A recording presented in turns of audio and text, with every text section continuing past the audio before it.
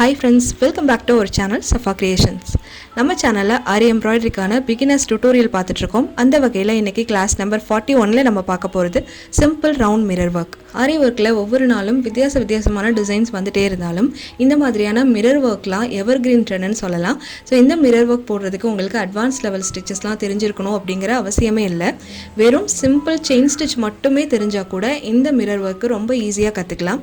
அது மட்டும் இல்லை, இந்த ஒர்க் போடுறதுக்கான டைமுமே ரொம்ப கம்மி. நீங்கள் ரொம்ப கம்மியான டைமில் ஒரு டிசைனிங் கம்ப்ளீட் பண்ணோன்னா இந்த மிரர் ஒர்க் சூஸ் பண்ணிக்கலாம். வெறும் chain stitch and mirror work மட்டும் தெரிஞ்சிருந்தாலே குர்த்திஸ்லேயோ இல்லைனா ப்ளவுஸ்லேயோ கம்ப்ளீட்டான ஒரு டிசைனிங் நீங்கள் போட்டுற முடியும். நீங்கள் இப்போ பார்த்துட்டு இருக்க டிசைன்ஸ் மாதிரி நீங்கள் ட்ரை பண்ணலாம். ஒயிட், பிளாக், கோல்டன் இந்த மாதிரியான பிளைன் கிளாத் எடுத்துகிட்டு அதில் ரேண்டமாக மல்டி கலரில் இருக்க மாதிரி மிரர் ஒர்க் பண்ணிட்டீங்க அப்படின்னா பிளைன் சாரீஸ்க்கு இந்த மாதிரி மிரர் ஒர்க் ப்ளவுஸை நீங்கள் மிக்ஸ் அண்ட் மேட்ச் பண்ணிக்கலாம். ரொம்பவே வித்தியாசமாகவும் யூனிக்காகவும் இருக்கும். நான் ஏற்கனவே embossed mirror work stitch upload பண்ணியிருக்கேன். அந்த வீடியோவை மிஸ் பண்ணவங்க டிஸ்கிரிப்ஷனில் லிங்க் கொடுத்துருக்கேன். அதை கிளிக் பண்ணி நீங்கள் செக் பண்ணி பார்த்துக்கலாம். இப்போ நம்ம கிளாஸை ஸ்டார்ட் பண்ணதுக்கு முன்னாடி ஒரு சின்ன அப்டேட் உங்களோட ஷேர் பண்ணிக்கிறேன். எங்களோட ஆன்லைன் கிளாஸில் நீங்கள் ஜாயின் பண்ணோம் அப்படின்னா கீழே இருக்க வாட்ஸ்அப் நம்பரில் எங்களை காண்டாக்ட் பண்ணி டீட்டெயில்ஸ் தெரிஞ்சுக்கலாம். இப்போ தான் எங்கள் சேனலை ஃபர்ஸ்ட் டைம் பார்க்குறீங்க அப்படின்னா மறக்காமல் சப்ஸ்கிரைப் பண்ணிக்கோங்க. கூடவே பக்கத்தில் இருக்க பெல் ஐக்கானையும் ஆல் அப்படிங்கிற ஆப்ஷனையும் செலக்ட் பண்ணுங்கள். அப்போ தான் நாங்கள் அப்லோட் பண்ணுற எல்லா கிளாஸையுமே நீங்கள் மிஸ் பண்ணாமல் ரெகுலராக பார்க்க முடியும். இப்போ வாங்க கிளாஸை ஸ்டார்ட் பண்ணலாம்.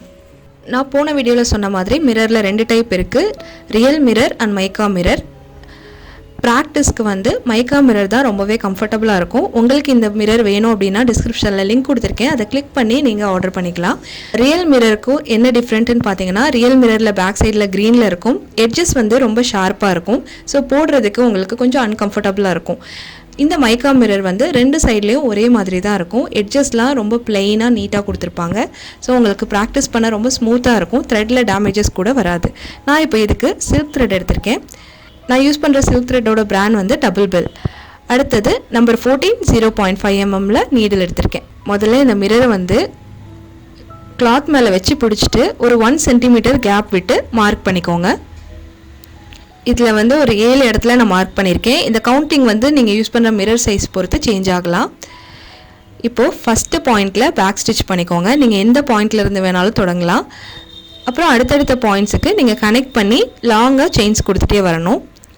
ஸோ இந்த மாதிரி ஒவ்வொரு பாயிண்ட்டுக்கு ஒரு செயின், இந்த மாதிரி லாங் செயின்ஸ் கொடுத்து ஒரு ரவுண்ட் கம்ப்ளீட் பண்ணிக்கோங்க.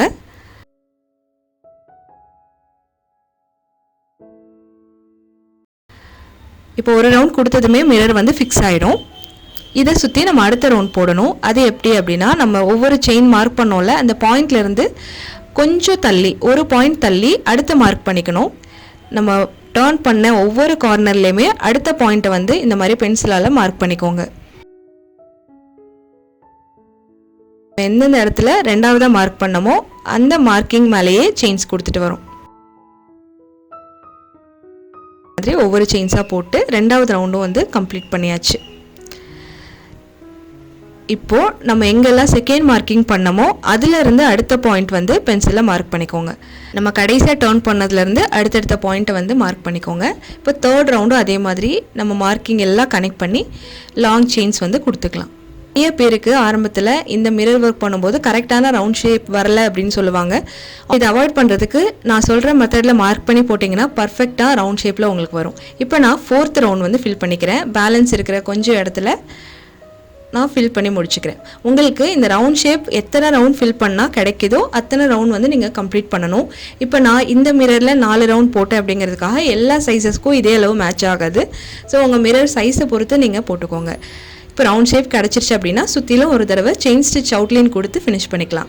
ஏன்னா நம்ம ஏற்கனவே பஞ்ச் பண்ணியிருப்போம் இல்லையா, அந்த இடத்துல எல்லாமே ஹோல்ஸ் தெரியும். அந்த ஹோல்ஸை கவர் பண்ணுறதுக்காக செயின் ஸ்டிச் கொடுத்து அவுட்லைன் போட்டுக்கலாம். இப்போ செயின் ஸ்டிச்சில் ஒரு அவுட்லைன் கம்ப்ளீட் பண்ணியாச்சு. உங்களுக்கு இதோடவே போதும் அப்படின்னா நீங்கள் இந்த இடத்துல எண்டிங் நாட் போட்டு கம்ப்ளீட் பண்ணிக்கலாம். நான் உங்களுக்கு எந்த ஸ்டிச்செல்லாம் இந்த மாதிரி மிரர் ஒர்க்கை சுற்றி யூஸ் பண்ணலாம் அப்படிங்கிற ஒரு ஐடியாக்காக beads with back chain stitch போட்டு காமிக்க போகிறேன். இந்த ஸ்டிச்சுக்காக நான் ஒயிட் கலரில் இருக்கக்கூடிய சுகர் பீட் எடுத்திருக்கேன். முதல்ல ஒரு மீடியம் சைஸில் செயின் கொடுங்க.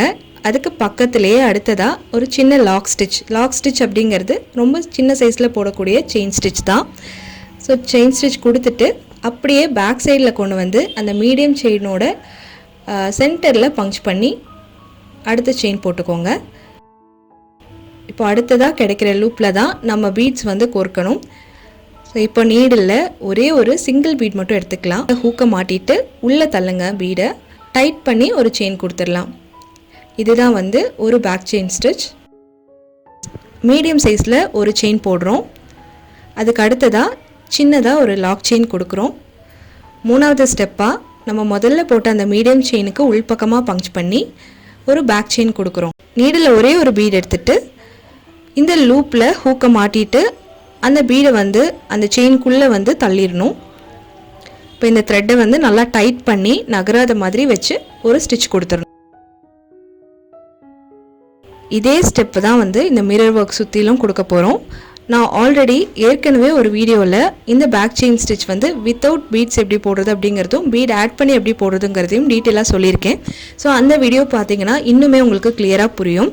ஸோ அந்த வீடியோவோட லிங்க்குமே நான் டிஸ்கிரிப்ஷனில் கொடுத்துருக்கேன். ஸோ அதை கிளிக் பண்ணி செக் பண்ணி பார்த்துக்கோங்க.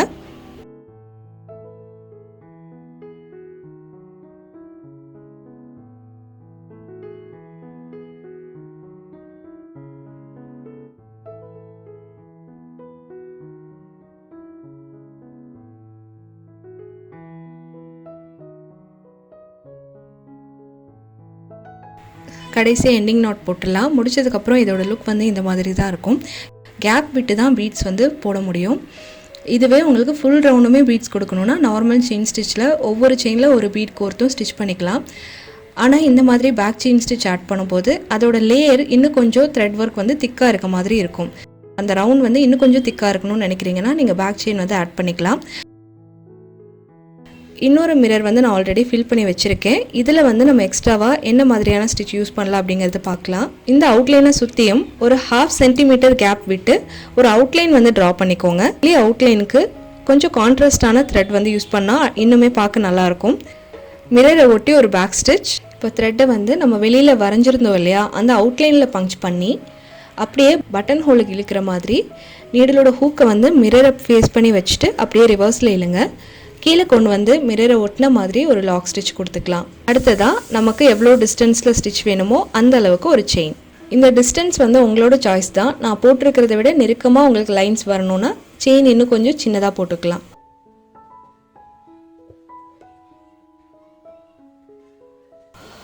மறுபடியும் அவுட்லைன் மேலே ஒரு ஸ்டிச். ஹூக்கை வந்து மிரரை ஃபேஸ் பண்ணி வச்சுட்டு பட்டன் ஹோலுக்கு எடுக்கிற மாதிரி ரிவர்ஸில் இழுங்க. கீழே கொண்டு வந்து ஒரு லாக் ஸ்டிச்.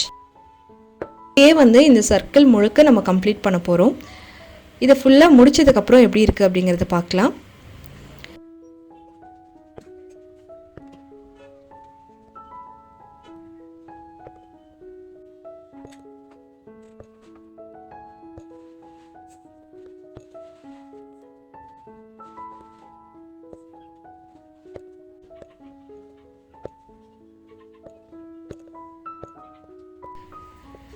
இதுதான் லாஸ்ட்டு ஸ்டிச்சு. இதோட நம்ம எண்டிங் நாட் கொடுத்துக்கலாம்.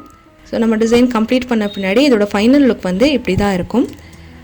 நீங்களும் இதே ஸ்டிச்சை தான் வந்து அவுட்லைனாக யூஸ் பண்ணலாம் அப்படிங்கிறது இல்லை. நீங்கள் ஆல்ரெடி கற்றுக்கிட்ட ஸ்டிச்சஸ்லேயே இந்த மாதிரி மிரர்ஸுக்கு எந்த ஸ்டிச் வந்து யூஸ் ஆகும் அப்படிங்கிறத ஐடென்டிஃபை பண்ணி கண்டுபிடிச்சி நீங்கள் போட்டு பார்க்கலாம். இந்த மாதிரி வித்தியாசமாக ட்ரை பண்ணும்போது தான் உங்களுக்கு க்ரியேட்டிவிட்டி வளரும். இன்னும் ப்ளவுஸ்லலாம் நீங்கள் வித்தியாசமான ஒர்க்லாம் பண்ண முடியும். வீடியோவும் நான் கொடுத்த டிப்ஸும் உங்களுக்கு யூஸ்ஃபுல்லாக இருந்திருக்கும் அப்படின்னு நினைக்கிறேன். இந்த மாதிரி ஆரி டியூட்டோரியல்ஸ் நீங்கள் தொடர்ந்து பார்க்கணுன்னா எங்கள் சேனலை சப்ஸ்கிரைப் பண்ணிக்கோங்க. கூடவே பக்கத்தில் இருக்க பெல் ஐக்கானையும் ஆல்ங்கிற ஆப்ஷனையும் செலக்ட் பண்ணுங்கள். தேங்க்யூ ஃபார் வாட்சிங்.